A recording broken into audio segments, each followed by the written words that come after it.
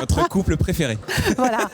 Toute la journée, je vais lui pourrir ses réseaux sociaux, c'est décidé. Voilà. Non, mais c'est bien. Il faut les Je exciter. suis contente que tu sois avec moi cette année parce que justement, ça donne du rythme.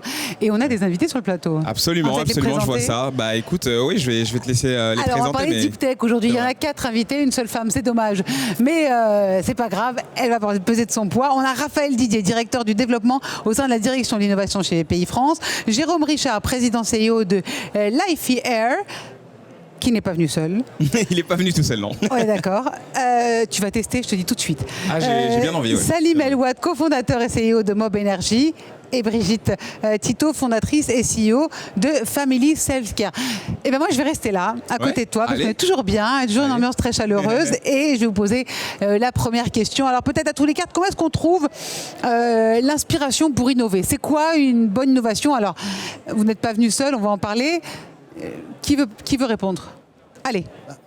En fait, pour moi, une bonne innovation, Jérôme. Il n'y a pas de bonne innovation, il y a des innovations et après, il faut qu'elles puissent émerger et qu'elles aient le contexte pour émerger. Une bonne innovation, ce qui nous concerne, c'est une innovation qui va servir à des gens, qui va changer un système, disrupter un système, permettre d'apporter une solution. Donc utile, qui avant tout. Pas, qui est utile pour des gens. Voilà, et qui mais comment on sait ce qui est utile? En fait, quand on a un problème comme les pollens, par exemple, et comme les allergies au pollen, quand on a une information pollinique qui arrive au bout de 10 jours, alors qu'on est déjà malade, on se dit qu'il y a un problème. Alors donc du coup, on cherche une solution pour le faire en temps réel. Et c'est comme ça qu'on en arrive à une innovation comme celle-ci. Donc on répond à un vrai problème, on répond à une question qui existe. Et voilà, ça c'est une innovation, mais il y en a plein d'autres. On va voir tout de suite ça après. Comment on innove? Vous voulez répondre aussi peut-être? Je dirais qu'il y a plusieurs types d'innovation aussi. Il y a une innovation produit ou technologique. Et puis il y a aussi de l'innovation de procédé. Donc l'innovation en fait elle est très protéiforme. En ça, c'est assez riche de voir qu'aujourd'hui, il y a plein de projets qui émergent et dans tous les secteurs économiques, que ce soit le digital, que ce soit les écotechnologies ou la santé, ou les industries créatives, etc. Je peux en citer beaucoup. On a de l'innovation qui émerge et qui vient donc répondre à des besoins, transformer des entreprises et des industries. Brigitte? Je voudrais dire que ces messieurs ont très bien parlé. Moi, ce que je voudrais dire, c'est que l'innovation, ça peut être aussi en termes d'usage. Parfois, c'est une technologie. Notre technologie est très sophistiquée. Elle permet d'utiliser très facilement des produits à prendre tous les jours dans le bien-être. Mais on a une cartouche qui change fondamentalement la façon d'utiliser ce produit. Et donc, l'usage est fondamental. Si on vient avec un besoin qui existe sur le marché, apporter une nouvelle façon d'utiliser beaucoup plus simplement. Nous sommes dans le secteur de la santé, du bien-être. Si chaque jour, il est plus facile de trouver une solution pour ces petits bobos et pour être plus en forme, si c'est facile, si ça ne prend pas de temps, pour moi, c'est une innovation. C'est vrai que ça l'est. Alors, vous savez quoi? On va tester vos connaissances en innovation. Et c'est Braque qui va nous faire son jeu. Braque, Exactement. On a préparé un petit jeu. Alors, moi aussi, je vais répondre, parce que j'ai pas les réponses. Tu peux. Alors, tout à l'heure, on l'a fait, t'as pas trop répondu. Hein. Je suis pas très bonne. Hein. T'étais pas là. Alors, on va tester justement vos connaissances en innovation avec un petit jeu qui s'appelle Inno ou Intox. Donc, moi, je vais vous balancer des sujets. Et ce sera juste après le petit jingle qu'on va balancer.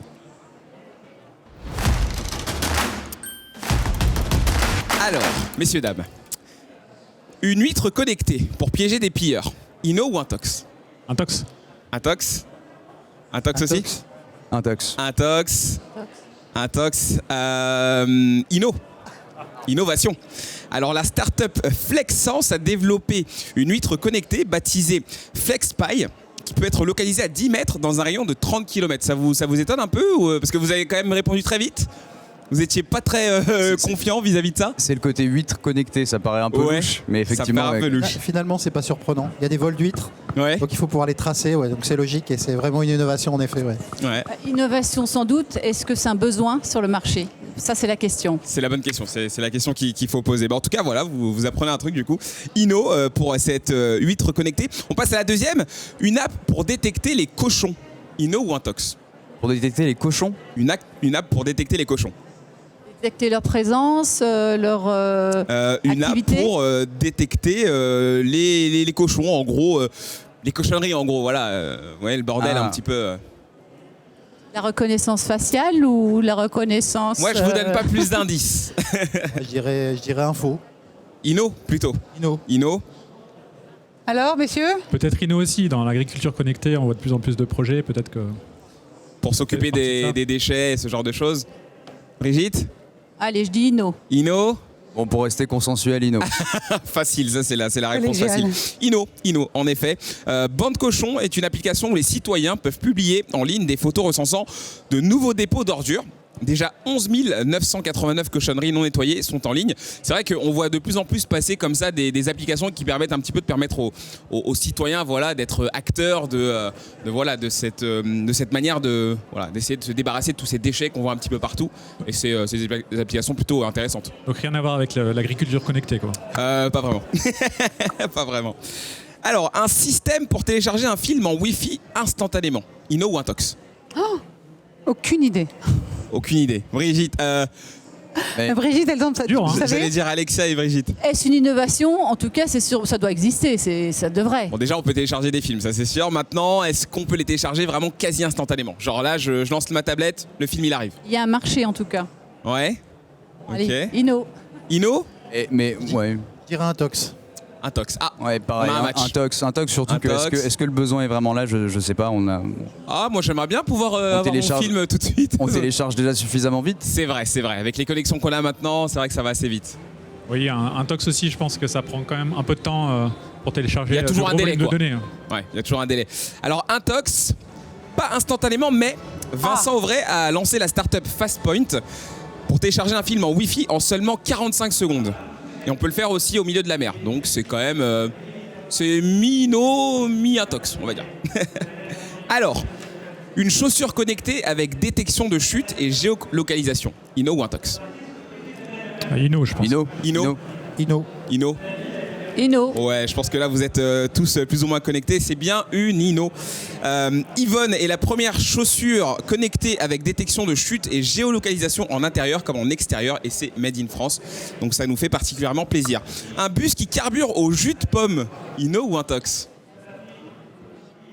Il n'y a pas de piège. Si ça fonctionne, Inno. Inno, si ça fonctionne, Inno. Moi, je dirais intox. C'est vrai que vous êtes un peu plus suspicieux. Hein. Vous tombez pas dedans comme ça. Un tox aussi. Intox aussi. Brigitte? Moi, je dis comme mon voisin, Intox.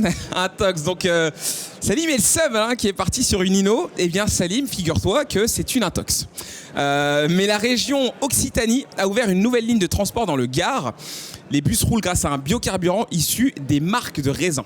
Donc voilà, on est quand même sur la route d'un truc. Alors, je crois voilà, mes questions sont là. Un thermomètre à avaler.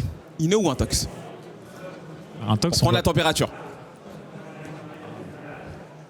Elle est dure celle-là, je dois avouer qu'elle est dure. Si c'est un thermomètre, j'aimerais mieux que ce soit une Intox. Mais si Je c'est un pense thermomètre aussi. sous forme nano, bio, Oui, dégradable, qu'on dans ce cas-là, intègre, on veut bien que ce soit une Inno. Moi, je dirais que ça peut être une Inno, effectivement, si c'est un nanothermomètre. Ah, c'est rare de vous entendre parler d'Inno, hein. Parce que vous êtes plutôt sur l'Intox. Salim? Ouais, s'il y a des besoins médicaux qui imposent de devoir passer par là, ouais, pourquoi pas. Ouais, alors c'est une Inno. La startup Bodycap a inventé une gélule qui transmet la température du corps sans risque pour la santé. Et c'est loin d'être un gadget puisque l'armée, les sportifs et les vétérinaires, on sait que les sportifs ont souvent ces capteurs qui sont partout sur eux, l'ont déjà adopté. Donc oui, c'est bien une Inno. Une solution pour brosser ses dents en 3 secondes. Inno ou Intox? Un tox, c'est 3 minutes. Intox. Intox. Toujours. Intox.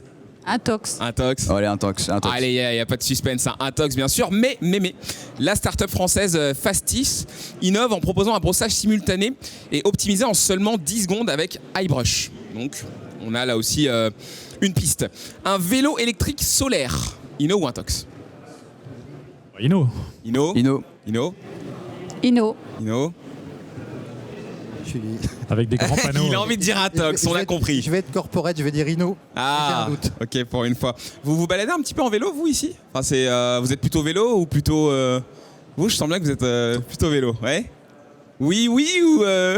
Pas à Paris parce qu'on m'en a volé 3, mais je peux comprendre.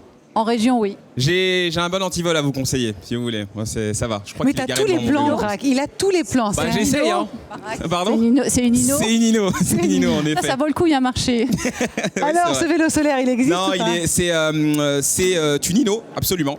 Grâce à des capteurs intégrés dans son cadre et sa roue avant, la bicyclette Sun E, imaginée par la start-up Rouline, recharge sa batterie automatiquement. Donc oui, c'est bien Ah une Hino. ouais. Allez, il en reste 2.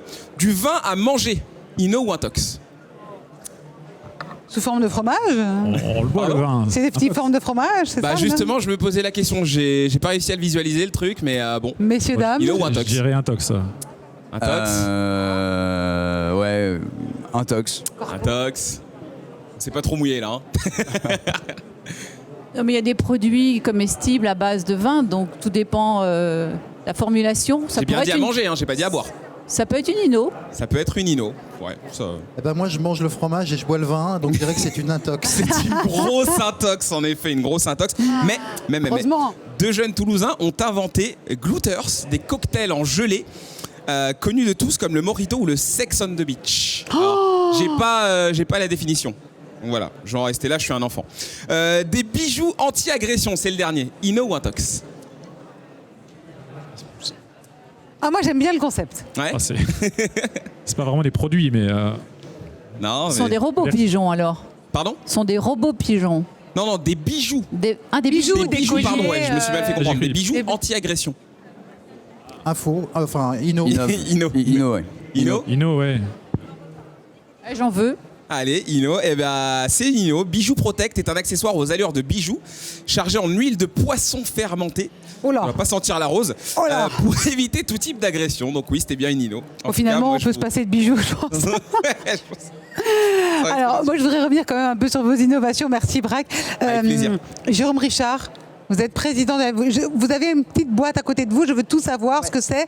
Mais avant, je dois préciser que vous avez remporté l'an dernier le concours, justement, autour de cette petite boîte qui s'appelle le Life Air, c'est ça? Non, alors l'IFIR, c'est la société. C'est la société. Et le concours, c'est iLab. Oui, non, le concours, je sais. Non, mais le produit Alors, s'appelle le Life Air. produit- alors, Life Air. C'est le nom de la société, l'IFIR. D'accord. Le produit s'appelle Bee Nose, comme le nez de l'abeille. D'accord. Et en fait, ce capteur détecte les pollens qui se trouvent dans l'air de façon instantanée. Et là, c'est là que l'innovation arrive. Elle est à la fois d'usage et technique, mais aujourd'hui, les informations polliniques que l'on a quand on est allergique au pollen, elles nous arrivent, elles ont une date, elles sont datées d'une dizaine de jours. Entre le moment où elles sont prélevées, où les échantillons sont prélevés et le moment où ils sont analysés, il se passe 10 jours. L'enjeu pour nous, c'est de développer un capteur en temps réel. Donc il est là, il est développé, de le tester en ce moment, pour pouvoir faire du temps réel et justement pouvoir prévenir les personnes allergiques au pollen qu'il y a du pollen à un instant T, mais pas 10 jours plus tard. Comment ça marche? Ça marche avec une technologie optique, c'est breveté. Il y a tout un système que l'on a développé en très peu de temps finalement, il y a 18 mois, enfin en 18 mois, avec un laboratoire de recherche, le CNRS à Orléans. Donc c'est une technologie optique, voilà, et avec du laser. Et en fait, il y a aussi beaucoup derrière d'intelligence artificielle, d'analyse de données. D'où l'intérêt d'avoir des réseaux de capteurs pour pouvoir générer de la donnée, pour préciser en fait les prédictions et arriver à une prédiction à 3 jours, un peu comme on voit aujourd'hui la météo. Alors, pouvez-vous nous montrer, c'est avec le petit truc bleu Oui, alors là, c'est juste la boîte. Il y a plein de choses à l'intérieur. Mais là, globalement, l'air arrive par ici, rentre dans la boîte, est analysé instantanément et ensuite ressort, bien sûr. Et tout ça, c'est envoyé en live par un procédé 4G. Sur un serveur, et sur ce serveur on fait toute l'intelligence, toute la discrimination et voilà, et tout ça se fait génial, quasiment ouais. instantanément. Moi, j'ai une petite question, Alexia, justement. Est-ce qu'on peut imaginer l'évolution de ce prototype et le voir arriver avec de nouveaux... voilà, de permettre de détecter d'autres allergies, finalement? J'imagine que c'est l'évolution logique. Alors là, on détecte la majeure partie on va détecter la majeure partie des pollens, les 25 pollens qui posent le plus de problèmes. Ouais. Mais vous avez raison, on voit pas que des pollens, on Ouais. voit plein d'autres choses. Ah, il y a plein de on voit choses, des oui. polluants, on voit des particules fines, on voit plein de choses. Ouais. Mais enfin, on n'est pas là-dessus. Notre sujet, c'est les pollens.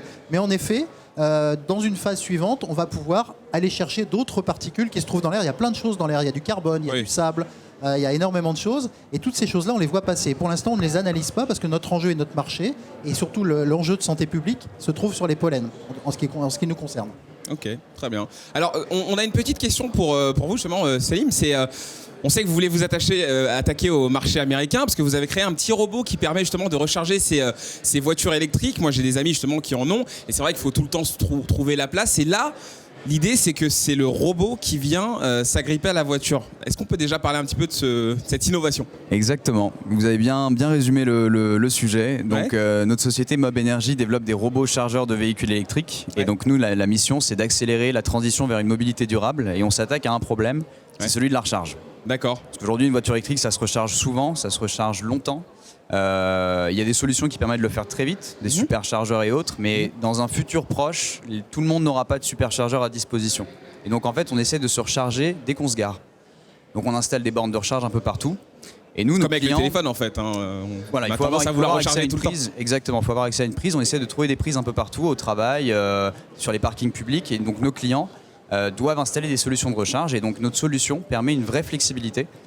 Puisqu'on installe un robot et ce robot va se déplacer jusqu'aux voitures qui ont commandé une recharge. Donc l'objectif, c'est pour les utilisateurs de ne pas avoir à trouver la place, de ne pas avoir à monopoliser la borne, parce qu'une fois qu'on est branché, au bout de 2 heures, la recharge est terminée.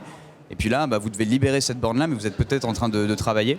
Et pour nos clients, ceux qui exploitent le parking, c'est un premier avantage de ne pas avoir de place dédiée à la recharge. Oui. Donc vous gardez l'exploitation de votre site. On se met un peu où on veut. Et c'est le robot qui va se déplacer jusqu'aux voitures. Ok. Et du coup, le marché américain, on va s'intéresser, c'est ça, au marché américain. Pour le marché américain, c'est un marché qui nous intéresse fortement. Donc là, on a 2 expérimentations qui se font en France. La première à Lyon, la deuxième à Paris en décembre.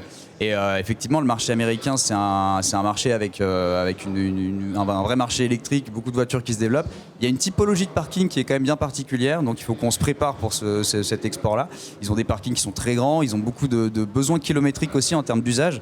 Tout à l'heure, vous parliez de l'usage. Justement, sur la voiture électrique, on va avoir des comportements d'usagers qui vont être différents d'un pays à l'autre. Donc ça, c'est des choses qu'on doit intégrer dans le développement de la solution, puisque on a des batteries intégrées, on peut redonner un nombre maximum de kilomètres et donc il faut qu'on puisse adapter la solution aux différents pays.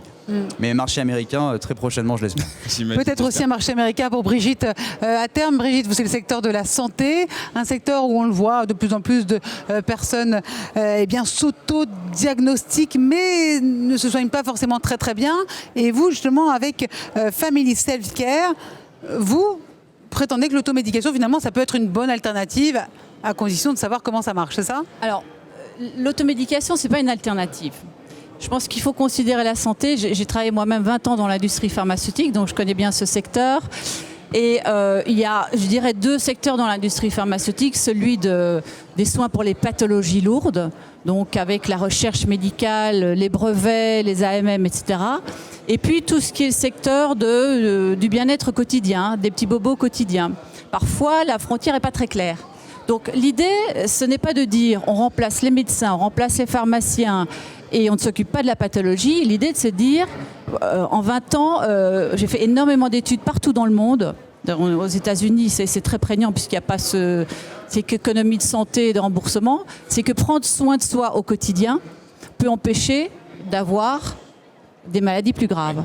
On n'est pas là pour dire c'est prévention 100%, mais l'idée, c'est de dire chaque jour, il n'y a pas besoin de subir. Quand on ne dort pas bien, qu'on a un meeting et qu'on est stressé, quand on a un problème de peau, tout ça, et ça a été prouvé, ça peut devenir des maladies chroniques. Donc notre créneau avec le Self-Care One de Family Self-Care, c'est de proposer un robot qui existe, qui est là. Vous pouvez le tester. Il est déjà en industrialisation, donc c'est du concret. C'est un robot qui est connecté à une application qui vous permet, en fonction de votre profil, du profil de vos enfants ou de vos proches, donc cette application tient compte de votre profil, de vos contre-indications, d'obtenir la dose spécifique de produits naturels, parce que le créneau, pour le quotidien, ce sont des produits naturels. Donc on a un comité d'experts, pharmaciens, médecins, naturopathes. On ne part pas de zéro.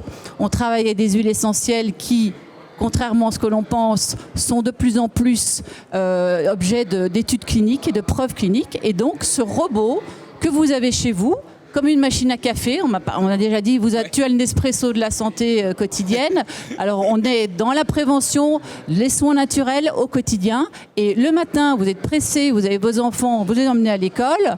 Vous n'avez pas le temps d'aller dans l'armoire à pharmacie, d'aller chez le pharmacien et vous attendez votre rendez-vous chez le médecin si vous avez quelque chose de plus grave. On ne remplace pas, mais au moins on a une réponse à court terme. Il faut savoir que dans la santé, c'est comme dans la douleur, c'est dans plein de choses. Si vous ne faites pas quelque chose tout de suite, ça peut s'amplifier. Donc c'est une solution facile, l'usage on en a parlé, et l'innovation derrière ça, parce qu'il y a de la microélectronique, il y a de la data, Oui, il y a c'est de un réel travail derrière. mais il y a surtout une cartouche recyclable de longue durée. Ça veut dire quoi? Zéro manipulation, pas de risque de manipulation. Et je vous dis juste une petite info, parce qu'on a fait beaucoup d'études de marché, 53% des personnes qui veulent acheter le Self-Care One sont des hommes. La santé n'est pas réservée qu'aux femmes. Ouais. Voilà. Non, mais on a bien compris. Je veux ce robot.